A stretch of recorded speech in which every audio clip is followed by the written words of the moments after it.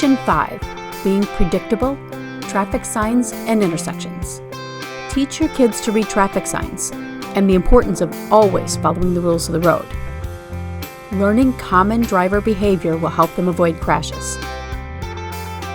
Drivers, slow down. Know that children do not understand or have experience with traffic rules and habits. Protect them while they are learning. Please do not stop in the middle of the street and motion for kids to cross. Everyone in your group should stop completely. Then look all 4 ways: left, right, in front, and in back of you for people who may be turning. Stop at the center of your lane going straight, slightly on the right of center to turn right, and slightly to the left of center to turn left. The yellow school crossing sign does not mean that it is a good place to cross. It means lots of people cross there and it is a hazardous area.